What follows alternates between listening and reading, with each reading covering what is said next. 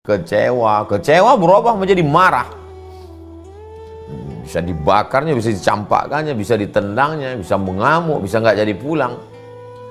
Tapi bisa juga jadi menjadi diam, menggerokot dia ke dalam. Aduh, kok gini ya. Akhirnya sedih, nangis, putus asa, kehilangan harapan, tidak ada lagi masa depan. Makanya yang bisa menguatkan itu, ya kalau orang yang tidak terikat dengan Islam, dia pasti akan mengatakan, psikolog-psikolog yang nasionalis, dia akan mengatakan kembali ke agama masing-masing ya Bapak Ibu. Tapi kalau kita sebagai seorang muslim, ya kembalinya inna lillah wa inna ilaihi raji'un. Innallaha katabal maqadir, Allah sudah menuliskan takdir. 50 alfa sanah, 50.000 tahun qabla an yakhluqas samawati wal ard, sebelum Allah menciptakan langit dan bumi. Apa yang saya alami hari yang terjadi ini sudah ditetapkan Allah Subhanahu wa taala. Saya jalani saja. Saya kan sudah ikhtiar, saya kan sudah usaha. Terus apa bedanya dengan Jabariyah aliran sesat, Ustadz? Jabariyah itu sebelum usaha sudah berserah duluan.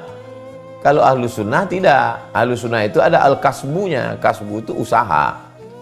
Udah usaha, kerja, pasang target, ternyata tidak sesuai.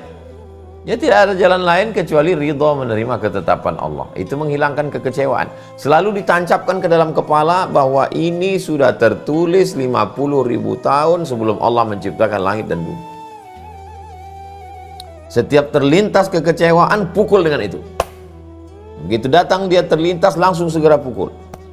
Wasta'inu bis sabri, tahan, wassalah. Salat, ya makna salat, ambil wudhu, salat. Salat makna yang lain adalah zikir, ingat Allah. Salat maknanya doa.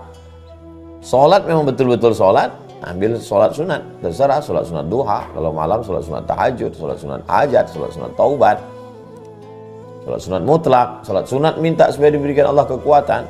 Salat maknanya zikir. Subhanallah bihamdihi, subhanallahil azim, Allahumma sholli ala sayyidina Muhammad. Menguatkan hati. Salat dengan makna doa. Ya muqallibal qulub, engkau yang membolak-balikkan hati, kuatkan aku ya Allah, kuatkan aku ya Allah, kuatkan aku ya Allah. Kembalinya memang mesti kepada Allah Subhanahu wa taala. Setiap kali pikiran itu berkalau-kalau, kalaulah kemarin, kalaulah kemarin, kalaulah kemarin. Kalau itu adalah pintu setan masuk, kunci pertama kalau. Maka kalaunya itu dibuang. Orang yang sibuk berzikir tidak sempat ia berkalau-kalau. Subhanallah bihamdihi, subhanallahil azim, subhanallah bihamdihi, subhanallahil azim, subhanallah bihamdihi, subhanallahil azim.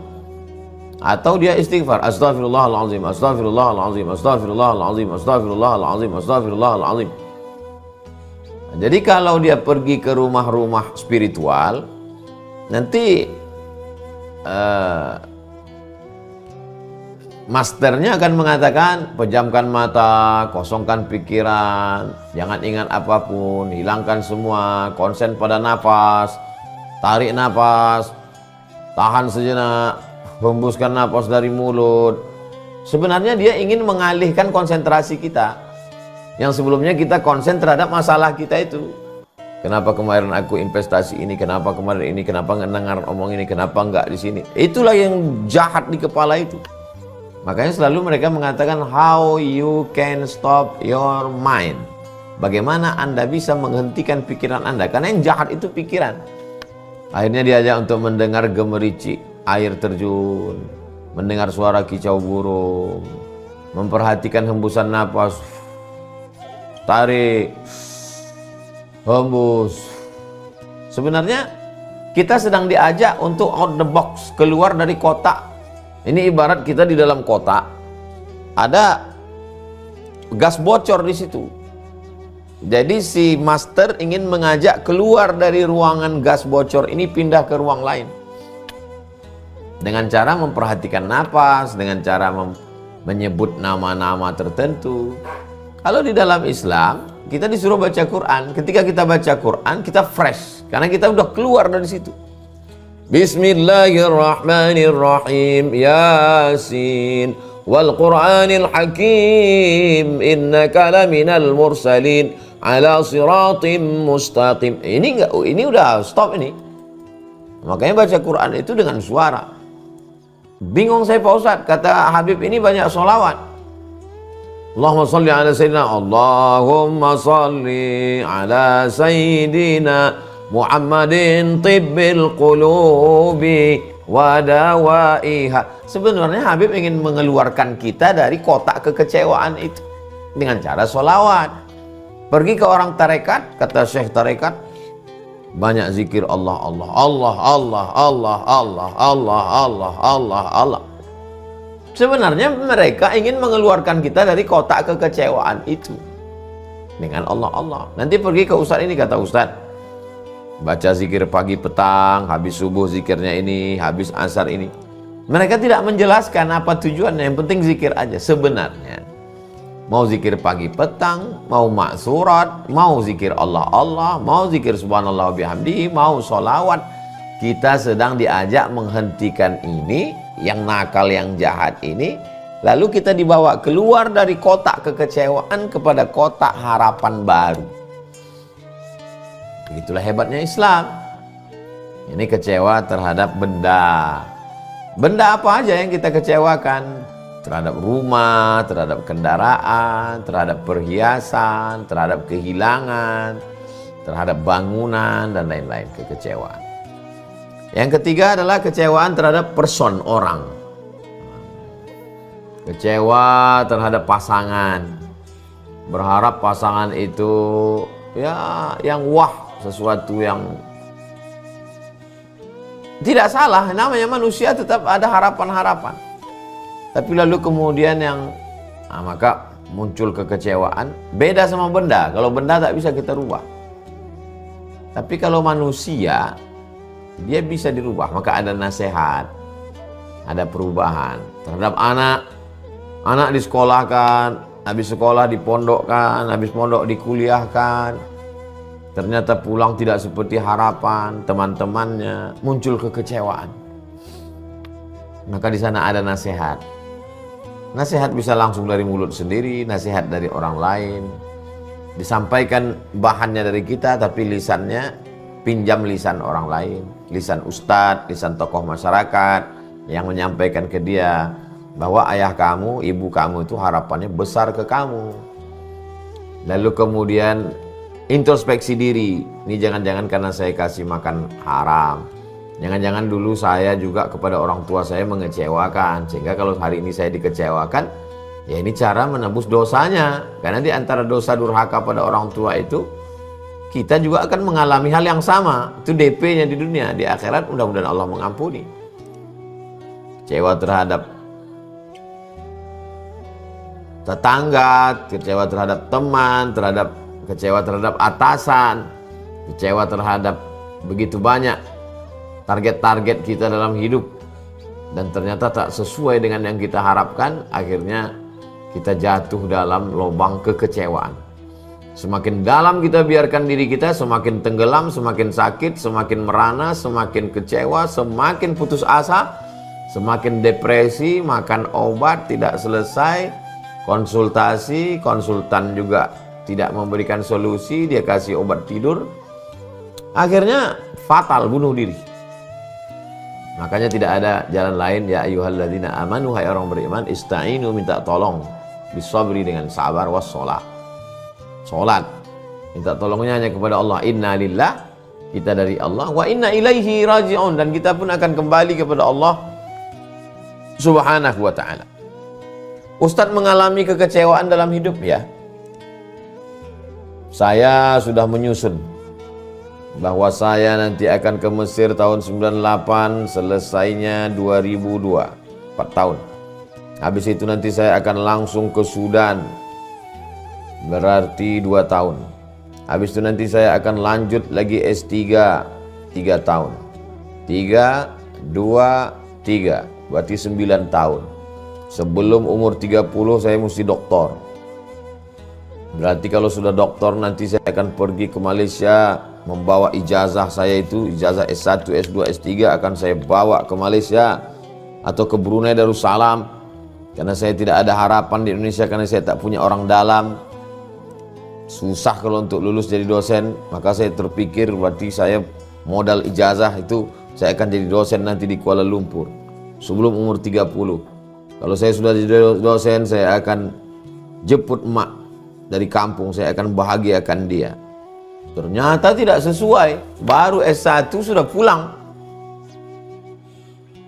2002 pulang, pontang-panting di Malaysia 1 tahun. Habis dari Malaysia ke Maroko 2 tahun. Dari Maroko pun nggak bisa langsung S3, pulang dulu. Pontang-panting setahun, habis itu baru lulus dosen. Tapi setelah saya urut-urut ke belakang, andai dulu mulus-mulus aja, mungkin dalam dunia sukses tadi, sukses. Tapi ternyata dunia ini tidak sesimpel yang dibayangkan. Mungkin secara studi saya akan lulus S1, S2, S3. Tapi untuk menghadapi hidup diperlukan ketangguhan. Dan skenario Allah itu lebih indah.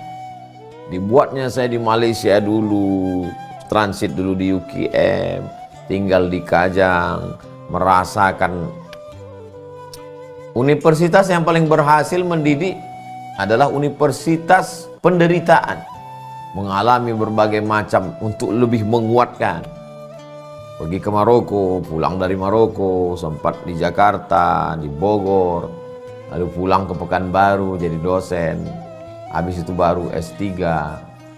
Jadi setelah direnung, bandingkan antara proposal kita dengan yang dituliskan Allah, oh lebih hebat yang punya Allah. Ternyata proposal saya ini mulus-mulus aja. Kalau mulus-mulus aja, ya kendaraannya kendaraan yang biasa aja. Tapi kalau jalan berlumpur, naik ke batu tilam, itu kendaraan yang dahsyat, yang luar biasa. Kalau hanya danau yang tenang-tenang, itu bahteranya biasa, nakodanya pun biasa. Tapi kalau angin puting beliung, karangnya tajam, kapalnya tangguh, nakodanya pun luar biasa. Tapi kita baru bisa ngomong begitu kan setelah melewati. Ketika sedang berada di tengah pukulan ombak yang dahsyat itu, maka yang menolong kita itu ya teman, ya saudara. Orang yang menang, dia punya banyak teman. Orang yang kalah, dia punya sahabat sejati. Nah, jadi ketika kita sedang berada di pukulan angin kencang itu, ingatlah siapa yang memberikan kita kekuatan. Siapa orang-orang yang menyabarkan kita. Itu teman yang jangan sampai dilepas. Karena mereka adalah obat segala kekecewaan. Kekecewaan itu bisa dihilangkan dengan persahabatan, persaudaraan. Maka persaudaraan karena Allah Subhanahu wa taala. Makanya kata Nabi, rajulani, 2 orang, tahabba fillah, berkasih sayang karena Allah, ijtama'a alaihi, bertemu berkumpul karena Allah, wa tafarraqa alaihi, berpisah pun juga karena Allah. Banyak teman ketawa, tapi tak banyak teman menangis. Nah, jadi di antara yang mengobati kecewaan itu adalah teman, sahabat. Kita kalau sedang kecewa itu seperti hanyut di sungai, semua kita tarik. Jangankan bambu lapuk, rumput lapuk pun kita tarik. Karena kita sedang hanyut. Tapi ketika ada orang yang mengulurkan tongkatnya saat itu, wah itu luar biasa.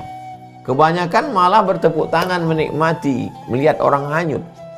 Tapi ketika ada satu orang yang mengulurkan tongkatnya, nah ini luar biasa. Jadi sebenarnya di balik itu ada hikmah-hikmah. Hanya saja melihat sesuatu dengan hikmah itu kan perlu kacamata. Bagaimana kita bisa nampak hikmah kalau kacamatanya belum kita pasang? Andai kacanya ada pun mata kita tertutup. Karena kita sedang kalut, sedang galau, sedang susah. Ada orang lain yang menarik tangan kita keluar dari tempat itu. Kak, ketika itu dia katakan, dunia ini luas loh. Apa yang kau alami ini belum ada apa-apanya dibandingkan dengan Nabi Ayub alaihissalam, dengan Nabi Nuh alaihissalam. Makanya orang selalu senang mendengar ceramah. Kami kalau dengar tausiah itu Ustaz, rasanya kok dada ini lapang gitu ya. Karena Ustaz biasanya bercerita tentang kesedihan, Bercerita tentang musibah, bercerita tentang kematian, cerita tentang makna syukur, cerita tentang satu sisi kita sedang dikeluarkan. Kalau dalam keadaan kecewa di rumah, buka handphone, lihat update orang kok ya makin kecewa, lihat postingan orang makin dalam, nonton TV juga, maka tidak ada jalan lain kecuali ambil wudhu, berbisiklah ke tanah supaya malaikat-malaikat di langit memintakan rahmat kepada Allah Subhanahu wa taala. Karena tak ada lagi tempat mengadu di bumi. Lalu kemudian setelah itu kalau ada kawan sahabat yang menolong, maka itu teman sejati. Menyibukkan diri dengan berzikir. Orang yang sibuk berzikir sampai lupa berdoa, maka Allah berikan dia afdal mimma sa'ala sa'ilun. Allah berikan dia lebih baik daripada yang diminta oleh orang yang meminta. Puncak dari kekecewaan adalah kecewa kepada Allah Subhanahu wa taala. Na'udzubillah. Hilang-hilang timbul Tuhan itu dalam pikiran. Maka disitulah diperlukan kekuatan yang luar biasa. Jangan sampai ikut bisikan setan. Segera mandi taubat, segera ambil wudhu, segera gelar sajadah, segera sholat sunat taubat. Kalau pagi duha, kalau malam tahajud, baca Al-Quran, berzikir afdhalu zikri la ilaha illallah, minta kekuatan kepada Allah Subhanahu wa taala. Maka dia ibarat kopi yang sedang diaduk. Kita biarkan sejenak, dia hening, lalu kemudian turun. Ampas-ampasnya turun, dia akan bening kembali. Makanya ada orang yang mengatakan biarlah waktu yang akan menjawab. Itu betul. Karena tak bisa kita paksakan. Kita paksa hari ini harus bening, harus jernih, nggak bisa. Ibarat menggali sumur bor yang baru.